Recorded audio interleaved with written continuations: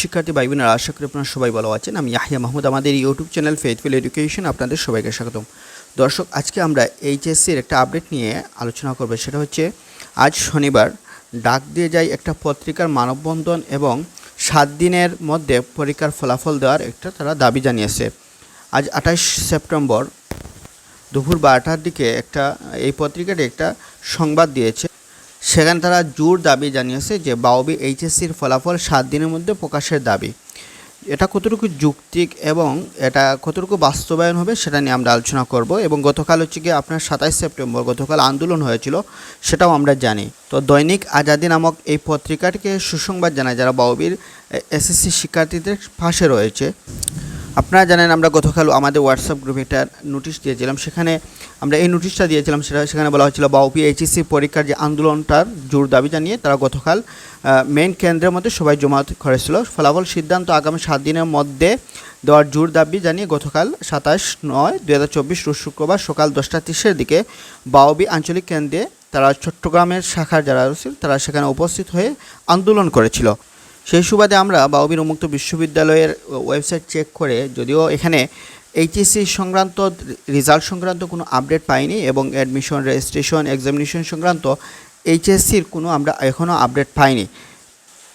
তবে এই যে ডাক দিয়ে যায় পত্রিকার সুবাদে যেখানে আমরা জানতে পারি যে 7 দিনের মধ্যে ফলাফলের প্রকাশের দাবি, যদিও 7 দিনের ফলাফলের প্রকাশের দাবি দাবিটাও অযৌক্তিক। তবে মনে হয় 7 দিন না হলেও 3-7-21 দিন, যাতে অক্টোবরের সাথে সাথে অথবা এইচএসসি যে জেনারেলের যে পরীক্ষাটার তারিখ দেওয়া হয়েছে সেটা হচ্ছে 12 থেকে 18 অক্টোবর, সেই 18 অক্টোবরের পরবর্তী 7 দিনের মধ্যে যদিও দিয়ে দেয় তাহলে আমাদের এটা দাবিটা মনে করবো আমাদের দাবিটা যুক্তি এবং আমরা দাবিটা তারা মেনে নিয়েছে সেটা আমরা ধরে নিব।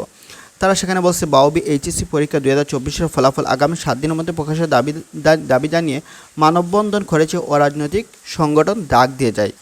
গতকাল শুক্রবার বাংলাদেশ উন্মুক্ত বিশ্ববিদ্যালয়ের চট্টগ্রাম আঞ্চলিক কেন্দ্রে অনুষ্ঠিত কর্মসূচিতে বিভিন্ন স্টাডি সেন্টারের শিক্ষার্থীরা বক্তব্য রাখেন। এভাবে যদি প্রত্যেকটা আঞ্চলিক কেন্দ্রে, যেমন আমাদের সিলেটের আঞ্চলিক কেন্দ্রে রয়েছে হচ্ছে কি আমাদের বঙ্গবীর রোড, এভাবে যদি প্রত্যেকটা আঞ্চলিক কেন্দ্র থেকে যদি কর্মসূচি পালন করতো তাহলে এই রেজাল্টটিতে এত বিলম্ব করতে পারতো না।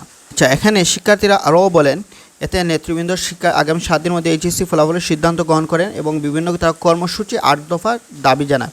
8 দফার মধ্যে হচ্ছে সেশন জট, শিক্ষার্থীর যে ভর্তি ফি, যেমন রেজিস্ট্রেশন ফি, এগুলা নিয়ে তারা 8 দফা দাবি নেয়। বক্তব্যরা আরও বলেন, এখানে তারা বলতেছে তারা হচ্ছে এই বাওবির যিনি দায়িত্ব রয়েছেন তার কাছে তারা আশা করে যে শিক্ষার্থীরা সকল দাবি তিনি দ্রুত মেনে নেবেন।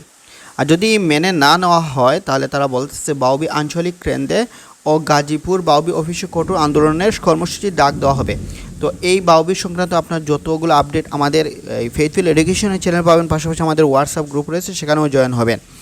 বাওবি আঞ্চলিক কেন্দ্রের পরিচালক শিক্ষার্থীরা আশ্বস্ত করে বলেন যে বাওবির যে আঞ্চলিক কেন্দ্রে ওটা হচ্ছে আপনাদের চট্টগ্রামের, করে বলেন যে বাওবি কর্তৃপক্ষের কাছে চিঠি প্রদান করে শিক্ষার্থীদের দাবিগুলো পৌঁছে দেওয়া হবে প্রেস বিজ্ঞপ্তিতে তারা এটা জানান। তো আশা করি আমাদের রেজাল্টটাও জেনারেলের সাথে সমন্বয় করে রেজাল্টটা দ্রুত প্রকাশ করা হবে এবং আমাদের শিক্ষার্থীরা আশাতীত ফলাফল পাবে। তো দর্শক, এই ছিল এইচএসসির আপডেট। দেখা হচ্ছে পরবর্তী কোনো ভিডিওতে। এই পর্যন্ত সবাই ভালো থাকুন, সুস্থ থাকুন। যাওয়ার আগে একটাই রিকোয়েস্ট, আপনি আমার চ্যানেল নতুন হয়তো অবশ্যই চ্যানেলটি সাবস্ক্রাইব করবেন। আল্লাহ হাফিজ।